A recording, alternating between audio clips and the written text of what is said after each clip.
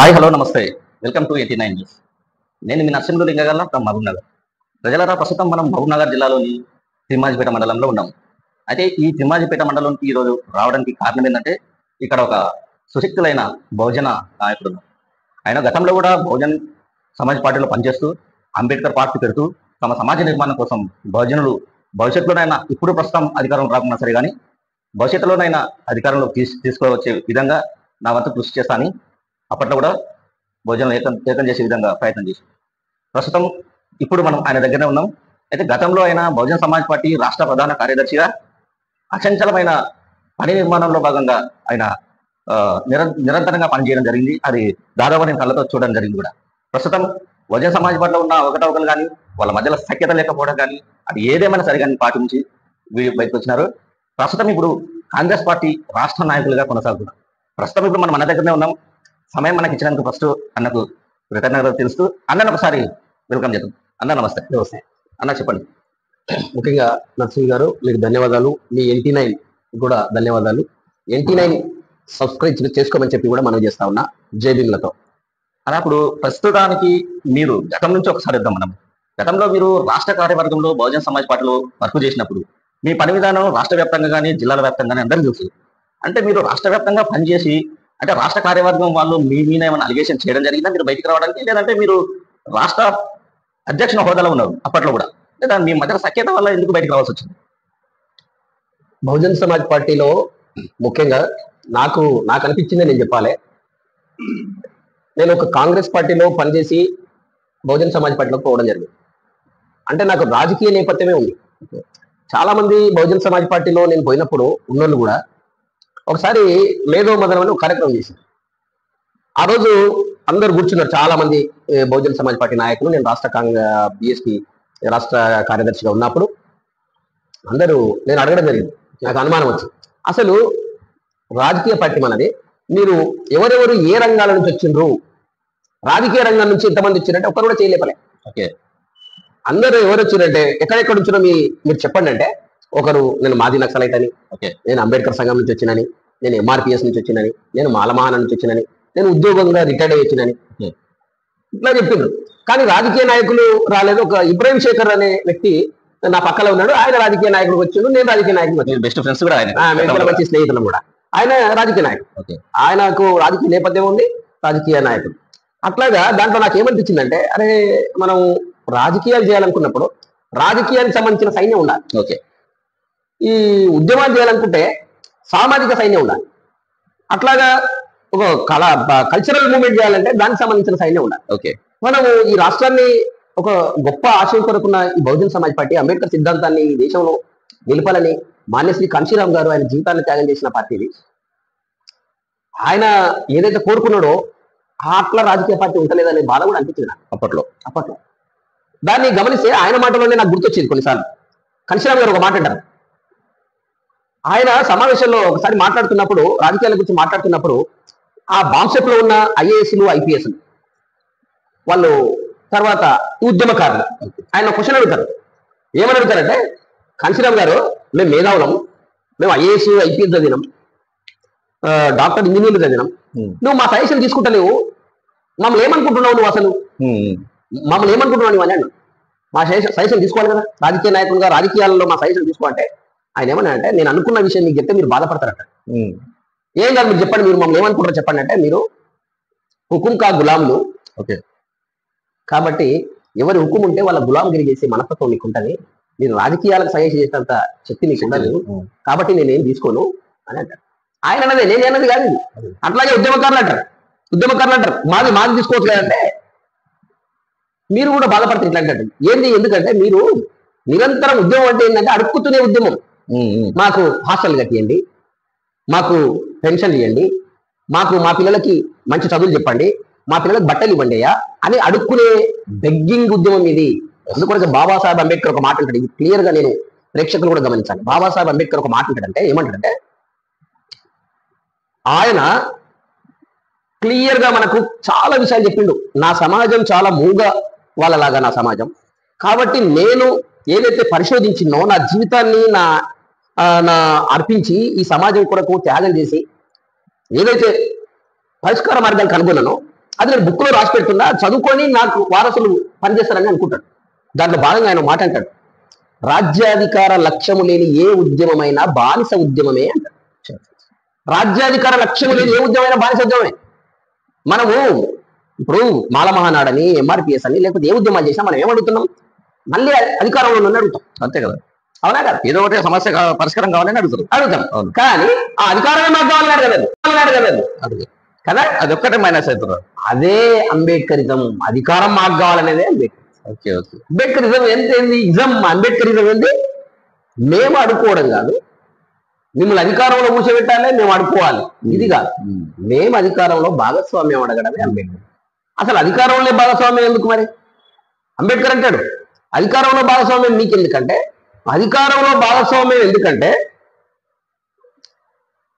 అంబేద్కర్ ఆశయం ఏంది? విముక్తి. అంబేద్కర్ ఆశయం అంటే విముక్తి. ఏం విముక్తి కావాలి? ఆంగ్లేయులు పడతారు, ఏం విముక్తి కావాలి భారతదేశంలో అంటే, మేము ఆర్థిక, సామాజిక, రాజకీయ సమానత్వం పొందడం లేదు, దాని నుంచి విముక్తి కావాలి. అది లేదు కాబట్టి కావాలి కాబట్టి. అంటే అన్న, దీంట్లో ఒక చిన్న క్వశ్చన్ ఏంటంటే, ఇప్పుడు పూలే నుంచి సావిత్రిబాయి పూలే నుంచి అంబేద్కర్ కానీ కాన్షిరామ్ వరకు చూసుకుంటే, వీళ్ళ ట్యాగ్ లైన్ మొత్తం కాన్షిరామ్ ఒక్కడే 2006లో చనిపోయిన తర్వాత, అంతకంటే ముందు కూడా ఓటమారా రాజకుమారా నైచెలేగా అనే కాన్సెప్ట్ తోటి ఒక ఉప్పెనలాగా ఒక ఉత్తరప్రదేశ్ లో మొత్తం రాజకీయ సమీకరణాలే మారినాయి. అక్కడున్న రాజకీయ సమీకరణకి తెలుగు రాష్ట్రాలకు ఎందుకు పని చేయలేదు అనుకోవచ్చు. అంటే ఇక్కడుండే మన లోపమా, లేకుంటే ఆయన రథాన్ని ముందలిస్తపోవడం ఏమన్నా వెనుకబడతనమైందా, వీళ్ళకు చేతగారితనమైంది అనుకోవచ్చు? మనకు ముఖ్యంగా ఏమనుకోవచ్చు అంటే, రాజకీయ నాయకుల కొరత.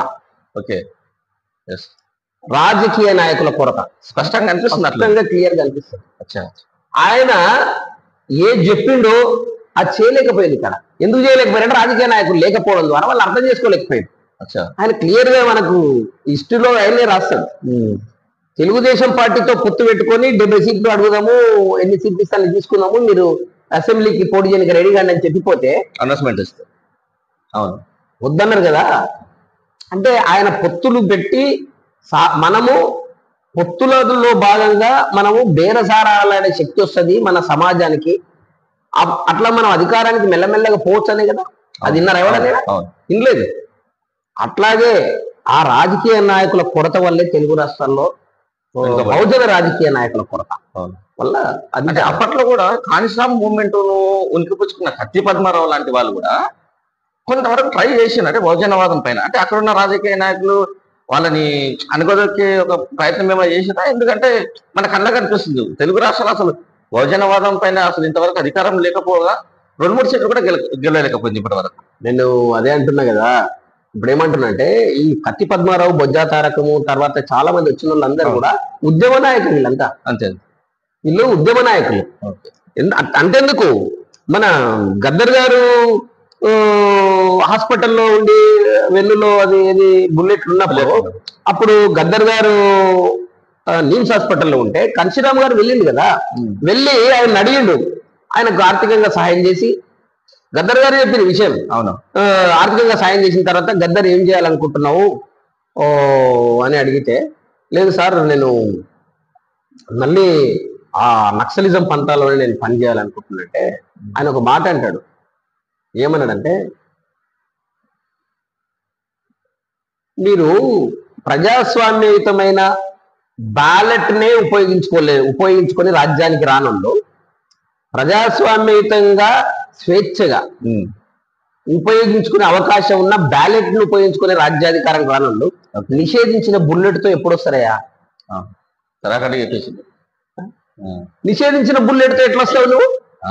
గద్దర్ ప్రజాస్వామ్యయుతంగా స్వేచ్ఛగా ఉపయోగించుకునే అవకాశం బ్యాలెట్ ఉంది, బ్యాలెట్ ద్వారానే రాజ్యం వస్తుంది. ఇది రాజ్యాంగబద్ధం. మన అంబేద్కర్ నమ్మితే ఏం నమ్మాలి? ఓటును నమ్మాలి. అంతే. అంబేద్కర్ నమ్మితే ఏం నమ్మాలి? అధికారాన్ని నమ్మాలి, రాజ్యాంగాన్ని నమ్మాలి. అంబేద్కర్ నమ్మకపోతే ఏం నమ్మాలి? బుల్లెట్ నమ్మాలి. అదే కదా, అవునా కదా? అంటే సరైన మార్గాన్ని ఎంచుకునే ఇక్కడ ఉన్న రాజకీయ నాయకులు కొద్దిగా మైనస్ అయినది అర్థమవుతుంది. ఇక్కడ ముఖ్యంగా నక్సలిజము పంతా ఒకటి, అంబేద్కరిజము ఈ రెండు అర్థం కాక కూడా చాలా మంది పరిచయం అయ్యారు. అవును. రెండిట్లా కూడా. రెండోది ఏంటంటే ఇప్పుడు తెలంగాణ రాష్ట్రాల్లో కూడా అంటే బహుజన సమాజ్ పార్టీ ఇక్కడ కాంశీరామ్ వచ్చి ఏర్పాటు చేసి బిల్డింగ్ తీసుకొని అంతా ఏర్పాటు చేసినప్పటి నుంచి కూడా అంటే అగ్రకులాలు 2-3 మాత్రమే ఎమ్మెల్యేలుగా మళ్ళీ వేరే పార్టీలకు పోయే అవకాశం వాళ్ళకే తగ్గింది. అంటే ఎస్సీ ఎస్టీ బీసీల కొద్ది అంత డీప్ గా ఆలోచన ఎందుకు చేయట్లేదు? అగ్రకులాలలో ఎమ్మెల్యేలు అయిందంటే ఎట్లా అయిందంటే వాళ్ళు ఒక గుర్తు కొరకు వచ్చిండ్రు. ఆ గుర్తు కావాలి వాళ్ళకి. ఆ సమాజంలో అప్పుడున్న ఎలక్షన్లలో కోనేరు కోనప్ప గాని, తర్వాత ఎవరు ఇంద్రకరణ్ రెడ్డి ఇద్దరు గెలిచిండ్రు. అప్పుడు నేను పార్టీలో ఆళ్ళలో ఇంద్రకరణ్ రెడ్డి గెలిచిండ్రు. ఎట్లా గెలిచిండ్రంటే వాళ్ళు విధి లేని పరిస్థితుల్లో అక్కడ టికెట్ చేయకపోతే ఇక్కడ వచ్చి టికెట్ తీసుకొని గెలిచారు. గెలిచినప్పుడు బహుజన్ సమాజ్ పార్టీకి శక్తివంతమైన నాయకుడు వచ్చిండని చెప్పి ఎస్సీ ఎస్టీ బీసీలు ఓట్లేసారు. అవునా కదా? అవును. ప్రజలు నాయకులను, రాజకీయ నాయకులను డెఫినెట్ గా వేరేగానే చూస్తారు, ఉద్యమకారులను వేరేగానే చూస్తారు. అట్లాగా అంటే ఇప్పుడు మీరు అన్నట్లుగా ఈ మాట ఫ్యూచర్ లో ఏమన్నా వాళ్ళు చేంజ్ కావచ్చా? అరే ఒకప్పుడు గతంలో చేసిన ఇప్పుడు కాదు, మా సామాజిక వర్గాలు పెట్టి మేమే ఓట్లు పోలరైజ్ చేసి మావులను గెలుచుకున్న అట్లా ఆలోచన భవిష్యత్తులో ఉన్న ప్రజలు చేస్తారు. Definite sir. ఎంత టైం పట్టవచ్చు? నేనేమంటున్నంటే ఏమంటే ఇప్పుడు ఒక ఒక ఒక ఏదైనా మన లక్ష్యాన్ని చేరుకోవాలి, బహుజన రాజ్యం లక్ష్యాన్ని చేరుకోవాలంటే ఎంత టైం పట్టవచ్చు అనేది మనం ఆలోచన చేస్తే దీనికి నాయకులు కావాలి. ఈ వ్యవస్థలో మా ఎస్సీ ఎస్టీ బీసీలు ఓట్లు వేయడానికి రెడీ అయ్యే ఓటర్లు కావాలి. అవునా కదా? నాయకులు లేకుండా కాదు. అయితే రోజు రోజుకి చాలా చైతన్యం వస్తుంది ప్రజల లోపల. వాళ్ళు మార్పు కోరుతున్నారు, ప్రతి ఒక్కడు మార్పు కోరుతున్నాడు. అట్లాగా మార్పు ఓడుతుంది కాబట్టి మనం ఆశించదగ్గ విషయమే. కాకపోతే ఈరోజు ఉత్తరప్రదేశ్ లో మనకు చంద్రశేఖర్ ఆజాద్ ఒక పార్లమెంట్ గెలిచిండు. ఎట్లా గెలుస్తాడు? అక్కడ బహుజన సమాజ్ పార్టీ కూడా ఒకటి గెలవలేదు, ఒకటి గెలిచిండు. అంటే ప్రజలు నమ్మే విధంగా నాయకులు ఉంటే ప్రజలను ఎట్లా గెలుస్తాడు? అక్కడ బహుజన సమాజ్ పార్టీ కూడా ఒకటి గెలవలేదు, ఒకటి గెలిచిండు. అంటే ప్రజలు నమ్మే విధంగా నాయకులు ఉంటే, ప్రజలను కాన్ఫిడెన్స్ క్రియేట్ చేసే విధంగా నాయకులు ఉంటే డెఫినెట్ గెలిచే అవకాశం ఉంది, వస్తుంది. అయితే ఇంకొకటి అన్నా, ఇప్పుడు మన దేశంలో అసలు నేషనల్ పార్టీ మన Bahujan Samaj party national party, Kashmir నుంచి కన్యాకుమారి వరకు ఉన్నటువంటి పార్టీ తెలంగాణ వరకు వస్తే అంటే మీలాంటి కొంతమంది సీనియర్ నాయకులు బహుజన సమాజ్ పార్టీలో చేస్తూ మీ నుంచి ఏమన్నా డెవలప్ అవుతుందని చాలా మంది కొంతమంది కలలు కన్నారు. ఎందుకంటే కొన్ని ఏళ్ళ నుంచి బహుజన సమాజ్ పార్టీలో ఉన్నవాళ్ళు మీ అందరిని పక్కకు నెట్టేసుకోగా ఈ మధ్యలో ఒక ఆయన ఐపీఎస్ అయినా అరెస్ట్ స్వయం సార్ వచ్చిండు, సరే చేసిండు, ఆయన పని చేసిండు, వదిలేసిండు. మరి ఇప్పుడు వాళ్ళని నమ్ముకున్న పార్టీని నమ్ముకున్న కార్యకర్తలు కొన్ని వేల లక్షల మంది యువకులు రోడ్ల పాలయ్యారు. వాళ్ళు ప్రవీణ్ సార్ ఇట్లా చేయడం వల్ల అది కాకుండా కూడా మళ్ళీ 30-40 సంవత్సరాలు పార్టీ వెనక్కి పోయింది. దీన్ని ఎట్లా మళ్ళా ఫ్యూచర్ ఎట్లా స్టాగ్నేట్ చేసుకోవచ్చు, ఎట్లా ముందర తీసుకుపోవచ్చు? ఏమన్నా ముందరికి బహుజన సమాజ్ పార్టీ ముందర రావచ్చా? బహుజన సమాజ్ పార్టీ అని నేను చెప్పను కానీ బహుజన రాజ్యం, బహుజన రాజ్యం కూడా బీఎస్పీ నుంచే అని అది కాంశీరామ్ గారి ఆలోచన విధానం అది ఉంది. అంతకుముందు మనకు అంబేద్కర్ గారు కూడా బహుజనుల కొరకు పార్టీలు పెట్టిండు, చాలా గెలిచిండు. అయితే ఒకటేంటంటే ఈ ప్రవీణ్ కుమార్ గారి గురించి మాట్లాడింది కాబట్టి నేను తప్పక స్పందించాలి ఖచ్చితంగా.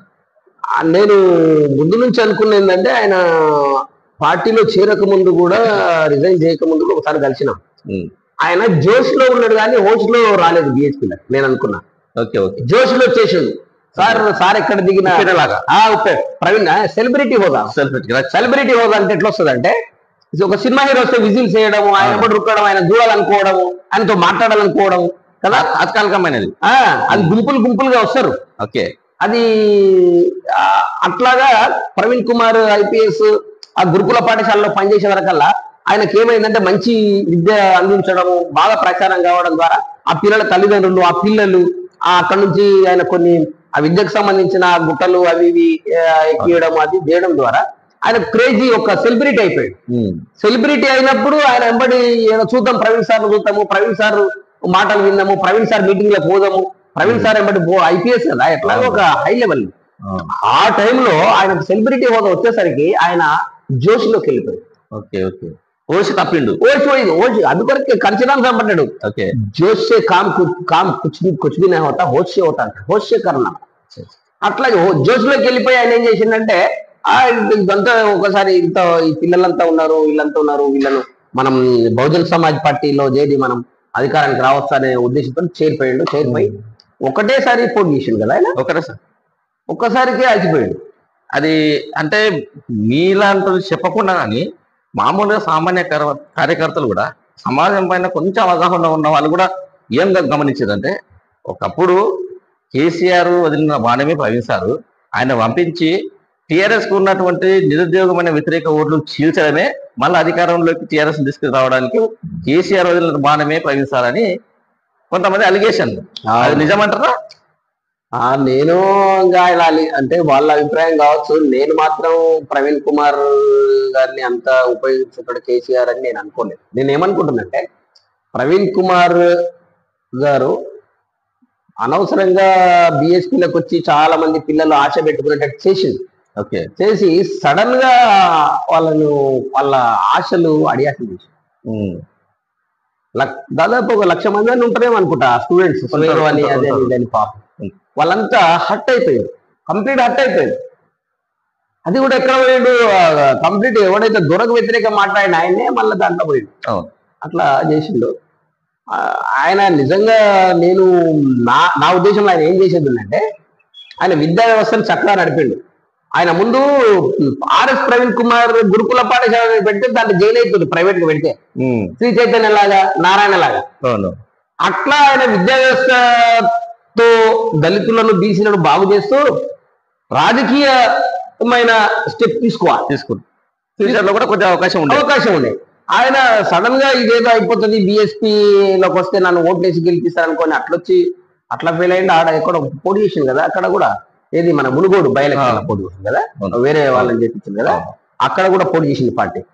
అప్పుడే తెలవాలి ఆయనకు అసలు యాక్చువల్ గా పరిస్థితి. తర్వాత మళ్ళీ ఈయన పోటీ చేసే అట్లా. ఇంకో విషయం చెప్తున్నా నరసింహ,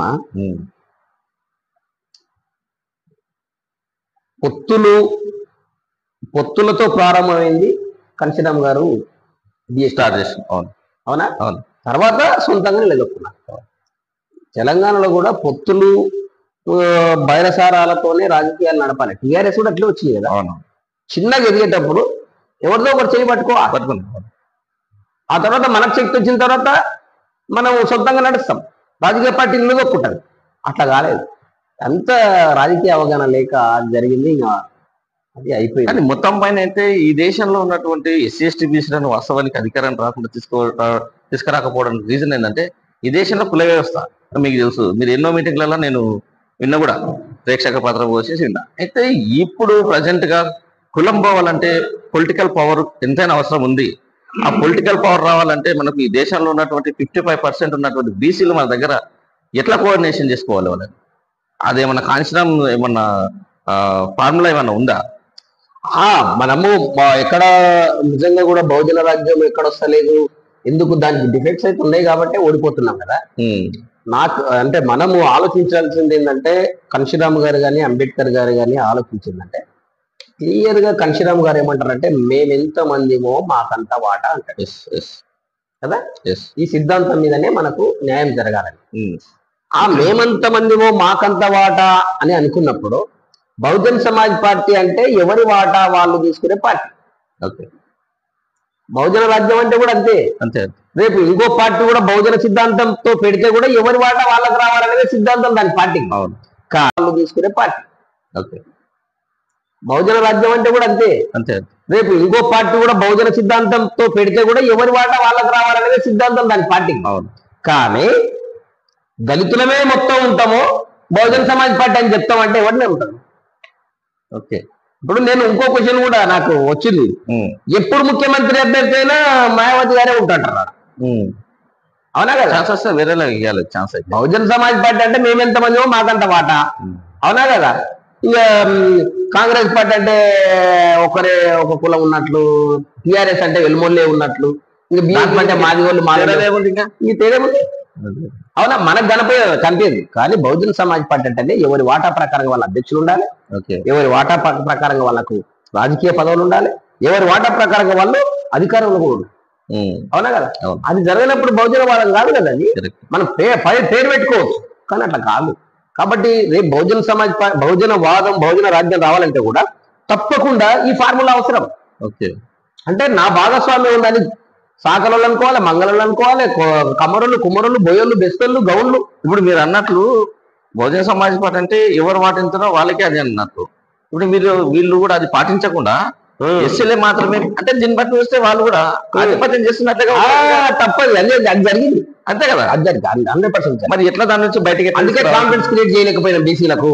ఓకే, నేను ఏమంటున్నా, ఫార్ములాని ఇంప్లిమెంట్ చేస్తే వాళ్ళు వస్తారు. గతంలో మొన్న ఎలక్షన్ లో ప్రవీణ్ సార్ కూడా అదే చేసింది కదా, బీసీలకు ఎక్కువ సీట్లు అని.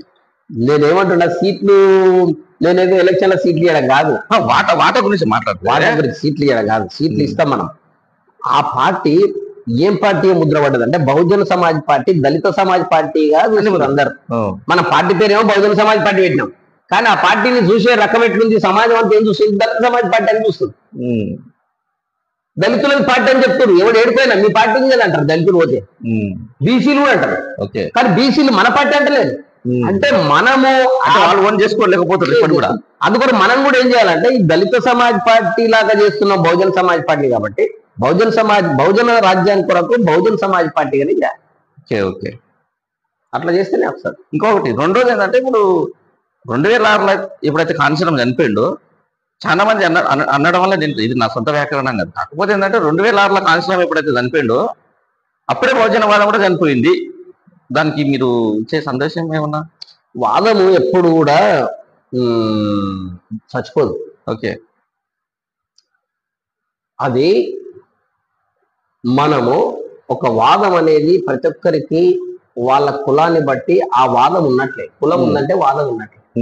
కులం ఉందా లేదా? ఉంది. ఆ వాదం డెఫినెట్ ఉన్నట్లే. దాని మెదడులో ఉన్న ఆ వాదాన్ని రగిలించి దాన్ని చైతన్యం చేసి ఒక భావన గురి చేయాలి మనిషిని, ప్రేరేపించాలి. ప్రేరేపించి ఆ భావనకు గురి చేస్తే ఆయన ఆ భావనకు గురి అయిన వ్యక్తి ఫిజికల్ ఫోర్స్ గా మారుతాడు. ఓకే ఓకే, ప్రాక్టికల్ గా. అంటే శరీరం అనేది ఫిజికల్ ఫోర్స్, అంటే శరీరం అనేది ఆ భావనకు సంబంధించిన పనిలోకి నెట్టబడుతుంది. అదే తెలంగాణ ఉద్యమం. మన తెలంగాణ అన్యాయం అయింది అని చెప్పి ఏం చేసిర్రు, రోడ్ల మీదకి వచ్చారు. అది భావనకు గురైన తర్వాత వచ్చి రోడ్లు బసాపి కదా ఉద్యమాలు చేసి ఆత్మహత్యలు చేసుకున్నారు. ఎందుకు?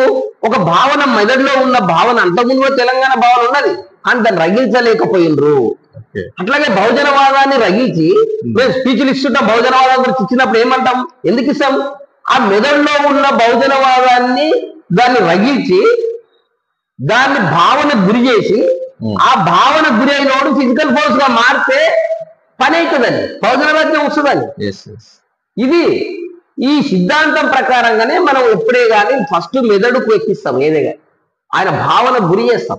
ఆ భావన గురి చేసినప్పుడు ఇప్పుడు నక్సలైట్ ఎట్లా తయారవుతారు, ఒక భావన గురి చేస్తే పోయి బంధుతో పట్టుకుంటున్నారు.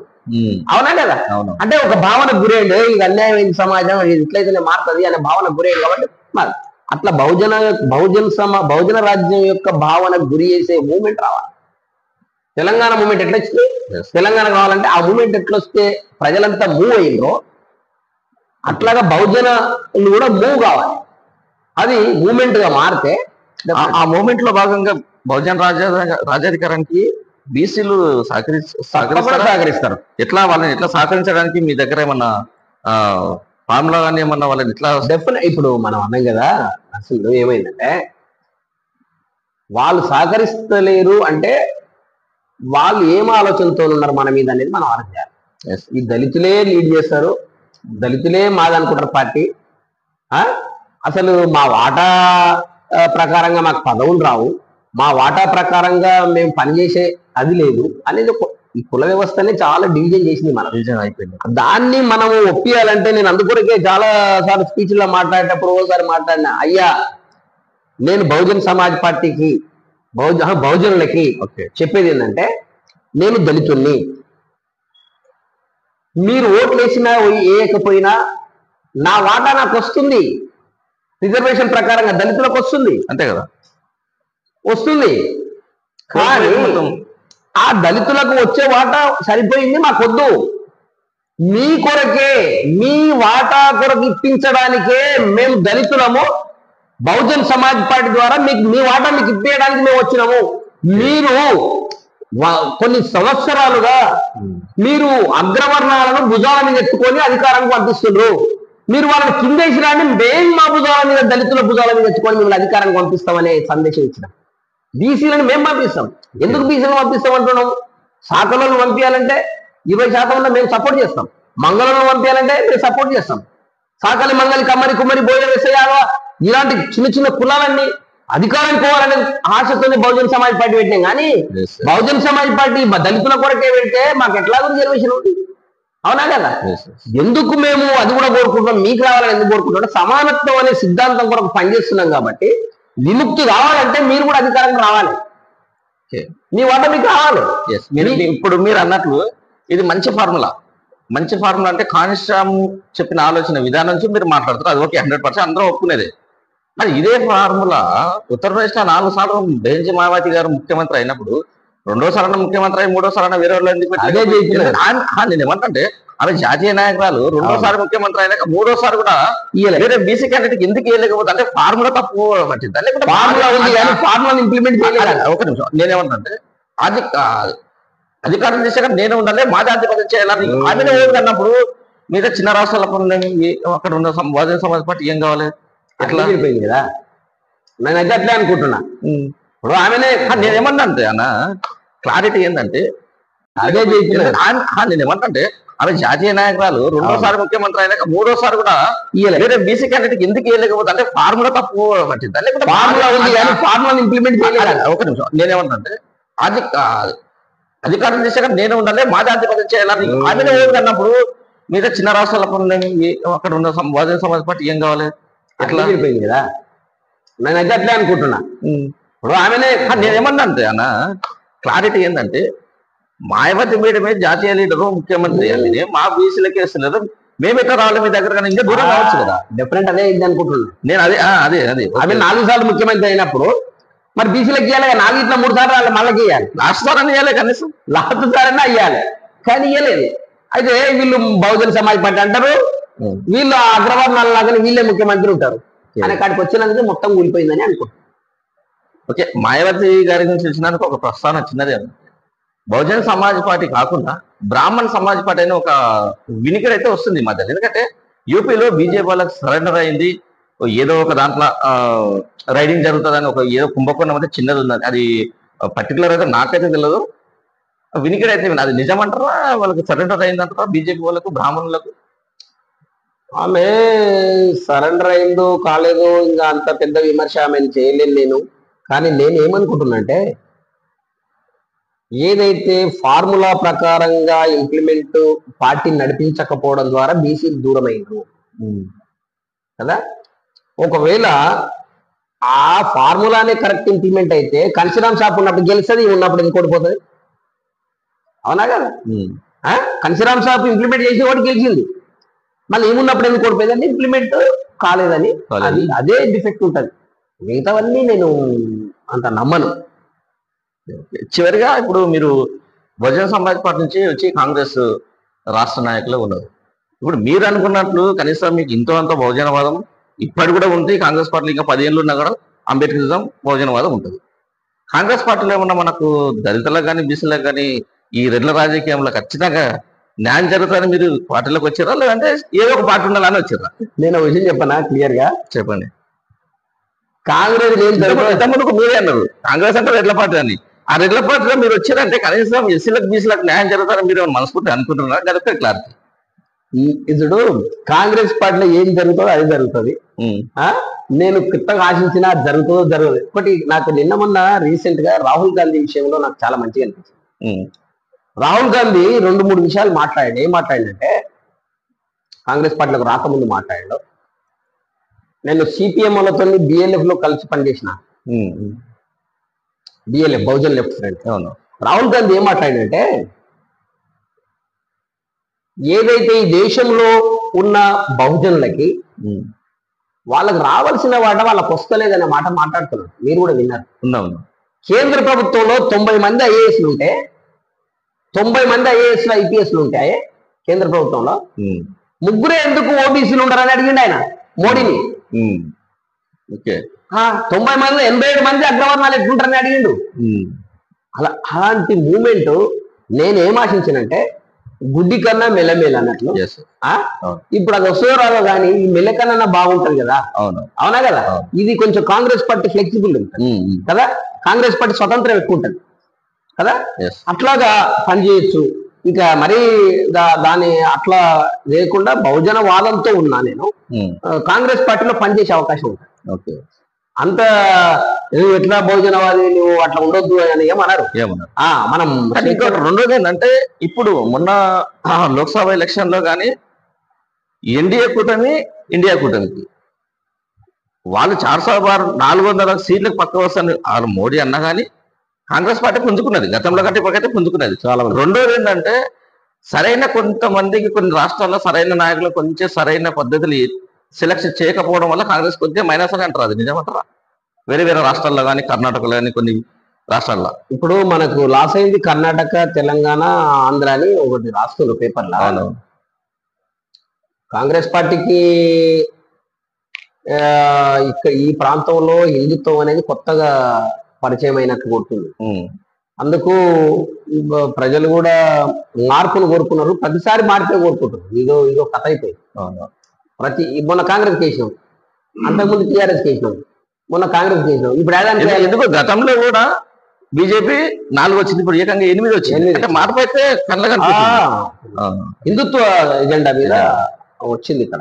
ఓకే అన్న, చివరిగా కాంగ్రెస్ పార్టీలో మీరున్నారు, మీ దృష్టికి ఎస్సీ ఎస్టీ బీసీలకు ఏమైనా సమస్యలు వస్తే ఖచ్చితంగా పరిష్కరించి వాళ్ళ తరఫున న్యాయం చేస్తారని మా NT9 న్యూస్ తరఫున కూడా మేము ప్రత్యేకంగా ధన్యవాదాలతో కోరుకుంటున్నాము. నేను ముఖ్యంగా మీరు అన్నదాని కొరకే నేను అధికార పార్టీకి వచ్చిన. ఓకే, నిజంగా చెప్తాను. ఓకే, నాకు చాలా బాధ అనిపించింది ఏంటంటే, నేను అంతకుముందు కాంగ్రెస్ పార్టీ ఉన్నప్పుడు చాలా మంది అన్నా నాకు ఈ పని చెప్పి ఈడ అన్యాయం అయిందన్న, ఈ పోలీస్ స్టేషన్లు అన్యాయం అయింది, ఈ MRO ఆఫీసులు అన్యాయం అయింది, నాకు ఈడ ఇబ్బంది అయింది అని ఫోన్లు చేస్తుంది. డాక్టర్ మల్లు రవి గారు చాలా మంచి కాన్సెప్ట్ ఉన్న వ్యక్తి. యాక్చువల్గా ఆయన ఒక మాట అంటాడు, మల్లు రవి గారు ఏమంటాడంటే, నేను అన్నిటికంటే ముందు నేను ఒకసారి అడిగిన, ఆయన కాంగ్రెస్ లో ఉన్నాను, నేను అంబేద్కర్ పార్టీ ఉన్నా. కొడంగల్లో ఒక ఇన్సిడెంట్ జరిగింది, దళితుల పైన దాడులు జరిగినాయి. నేను రౌండ్ టేబుల్ పెట్టి, సార్ మీరు రౌండ్ టేబుల్ సమావేశానికి రావాలి సార్ మీరు అని అడిగిన మల్లు రవి గారు, డాక్టర్ మల్లు రవి గారు. అడిగితే ఆయన ఒక మాట అన్నాడు. ఆయన ప్రజెంట్ ఇప్పుడు MP, నాకు చాలా క్లోజ్, ఆయన చాలా సన్నిహితుడిని నేను కూడా. ఆయన ఒక మాట అన్నాడు, ఏమన్నాడంటే, నేను వస్తా శ్రీనివాస్ అన్నాడు.